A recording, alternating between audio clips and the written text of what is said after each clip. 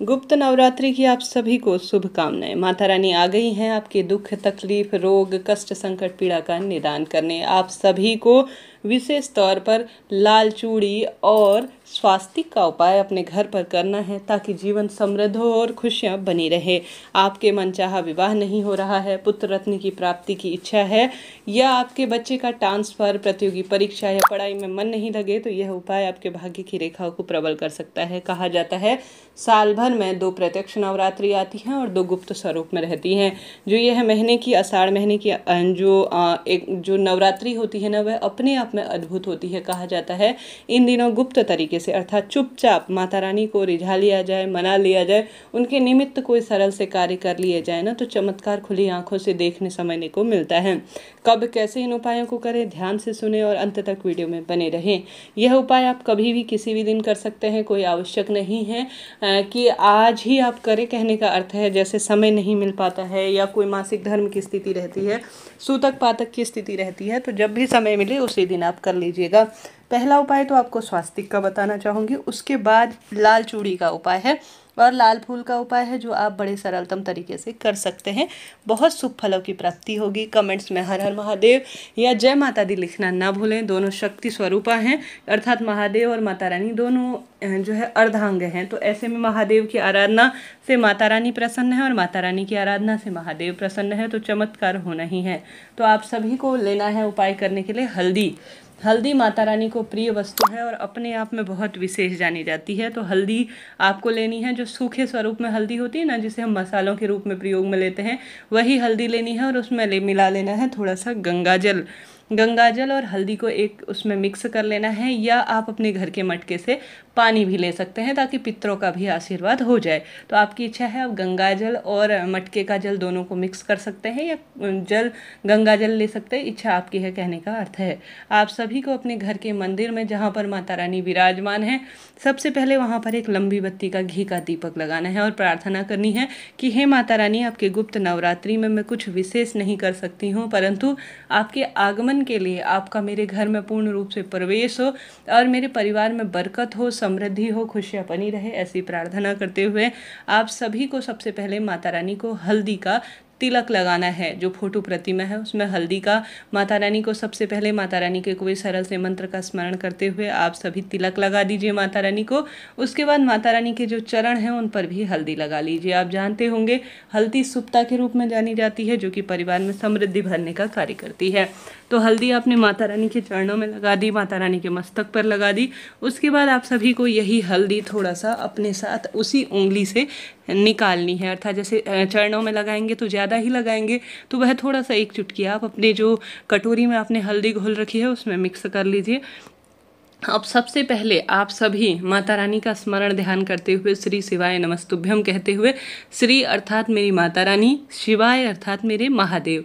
गुरुजी कहते हैं अगर श्री शिवाय नमस्तुभ्यम आप कहते हैं तो आप माता रानी महादेव का वंदन कर रहे होते हैं, जो कि अपने आप में अद्भुत है। तो सबसे पहले आपको घर के दरवाजे पर हल्दी का स्वास्तिक बनाना है, ठीक है। इस बात का ध्यान रखें कि आप सबसे पहले तो लंबी बत्ती का घी का दीपक अपने घर के मंदिर में बनाएंगे। माता रानी का आगमन हो इस भावना से घर के दरवाजे पर आप एक सुंदर स्वास्तिक का निर्माण करेंगे। पूरी तरह से यह स्वास्तिक बनाना है, इस बात का भी आपको ध्यान रखना है। अच्छी अवस्था में, जैसे कि पूर्ण स्वास्तिक आप स्क्रीन पर देख पा रहे होंगे, यही स्वास्तिक आपको बनाना है। दूसरा, आप सभी को अपने घर के मंदिर में आ जाना है, क्योंकि घर के दरवाजे से ही माता रानी आएंगी। उसके बाद आपको घर के मंदिर में ही है स्वास्तिक बना देना है, ठीक है। आप चाहें तो घर के दरवाजे के दोनों साइड भी बना सकते हैं, मंदिर में भी 2 स्वास्तिक बना सकते हैं, इच्छा आपकी है। जोड़े से बनाते हैं ना कई लोग, वह कार्य भी आप सभी कर सकते हैं। 2 स्वास्तिक आपने बना लिए। तीसरा, आप सभी को अपने घर की तिजोरी में चले जाना है।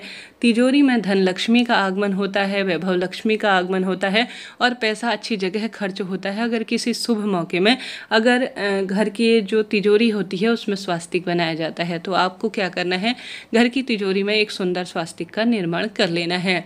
साथ के साथ जो चौथा स्वास्तिक है, आपको अपने घर की रसोई में जाना है। किसी भी स्वरूप में इस बात का ध्यान रखें कि दक्षिण दिशा न हो स्वास्तिक बनाने में। पूर्व, उत्तर या जो है कोई सी भी दिशा होगी, परंतु दक्षिण दिशा ना हो। आपसे अनुरोध है, इस बात का ध्यान रखें। रसोई में पहले से स्वास्तिक बना हुआ है या अन्य जगह पर स्वास्तिक बना हुआ है तो आप सभी जो है उसे हल्का सा साफ कर सकती हैं, उसी के बगल में बना सकती हैं। ठीक है जी। रसोई में एक स्वास्तिक बना लेना है। तो इस तरह से टोटल यह 4 स्वास्तिक बना दिया आपने, जो कि बहुत सुंदर स्वरूप में जाने गए हैं। 5वां स्वास्तिक आपकी इच्छा शक्ति सामर्थ्य है। आप सभी अपने बच्चे के कमरे में बना सकती हैं जहाँ बच्चा अधिकतर पढ़ता है, या आप सभी जो है जैसे दुकान का गल्ला इत्यादि होता है वहाँ भी बना सकती हैं। इच्छा आपकी है। 4 स्वास्तिक जो कि अपने आप में अद्भुत है, वह तो बनाने ही हैं। 5वां स्वास्तिक आपकी इच्छा शक्ति सामर्थ्य अनुसार है। ठीक है जी। यह बात हो गई पूर्ण रूप से। आप सभी को कोई प्रश्न हो, कोई बात हो तो कमेंट्स में बता दीजिएगा। हमारी दादी नानी प्राचीनतम समय से ही यह कार्य करती आ रही हैं। आप जानते होंगे किसी भी शुभ मौके में, वैसे भी गुप्त नवरात्रि में गुप्त तरीके से स्वास्तिक फल देता है। समय समय पर सही अवस्था में हमें अपने घर पर स्वास्तिक बहुत अच्छे शुभ मौके में बना ही लेना चाहिए। हल्दी तो वैसे भी रोग, दोष, संकट, कष्ट, पीड़ा का निदान करती ही है, आप जानते होंगे। तो हमने प्रथम उपाय करना है, बढ़ते हैं दूसरे सरल से उपाय की तरफ। गुरुजी कहते हैं नवरात्रि में कोई से भी जब भी नवरात्रि आए तो किसी भी शुभ दिन में, जरूरी नहीं है कि अष्टमी नवमी का ही इंतजार किया जाए, आप सभी को किसी भी शुभ तिथि में, जैसे कि यह गुप्त नवरात्रियां हैं, चुपके से आप एक एक कन्या भी रोज बुला सकते हैं घर पर। नहीं तो नियमित रूप से आप जो है जैसे एक कन्या एक दिन, दूसरी कन्या 2 दिन, इस तरह से 9 दिनों में 9 कन्याओं को आप घर पर बुला सकती हैं, या किसी भी एक दिन में 9 कन्याओं को एक साथ ही बुला लीजिए। इच्छा आपकी है। आप सभी को उन्हें घर पर बुलाना है, माता रानी की विधि विधान से पूजा करनी है, माँ को भोग लगाना है और प्रभु का स्मरण करते हुए उन कन्याओं को, आपको जो भी आपने कन्याएं बुलाई हैं सुंदर स्वरूप में, उनके मस्तक पर चंदन टीका लगाना है, उनके पैर इत्यादि धुलवाने हैं, और गुरुजी कहते हैं उनके हाथों में लाल चूड़ी आपको उपहार स्वरूप देनी है। लाल चुन्नी दे सकते हैं, लाल चूड़ियाँ दे सकते हैं, और विशेष तौर पर उन्हें फूल इत्यादि का आप जो है उपहार स्वरूप देकर विशेष तौर पर उनकी विधि विधान से पूजा कर सकती हैं। इस तरह से आप कन्या पूजन जरूर से कीजिएगा इन गुप्त नवरात्रि के 9 दिनों में। माता रानी आपके घर में इससे खुशियाँ जरूर से भरेंगी। ऐसा ना सोचें कि इन दिनों का कोई भी विशेष कोई नहीं करता तो हम नहीं करें, ऐसा नहीं है। आप करिए, बहुत इसका सुंदर परिणाम मिलता है। तीसरा, आप सभी इन दिनों किसी भी दिन माता रानी के मंदिर में जाएं और वहाँ लाल चूड़ी, लाल वस्त्र, जैसे ब्लाउज का पीस हो गया, माता रानी के सुंदर पोशाक हो गई, चुन्नी हो गई, जरूर से समर्पित कर आएँ। ऐसी मान्यता है माँ को, वो जो सुहाग की सामग्री समर्पित कर देता है ना, 16 श्रृंगार की या कम ही सही, जैसे चूड़ी, बिंदी, महावर, लाल फूल, दक्षिणा स्वरूप कोई भेंट, नारियल, गुड़, चना, अपनी इच्छा शक्ति सामर्थ्य अनुसार है।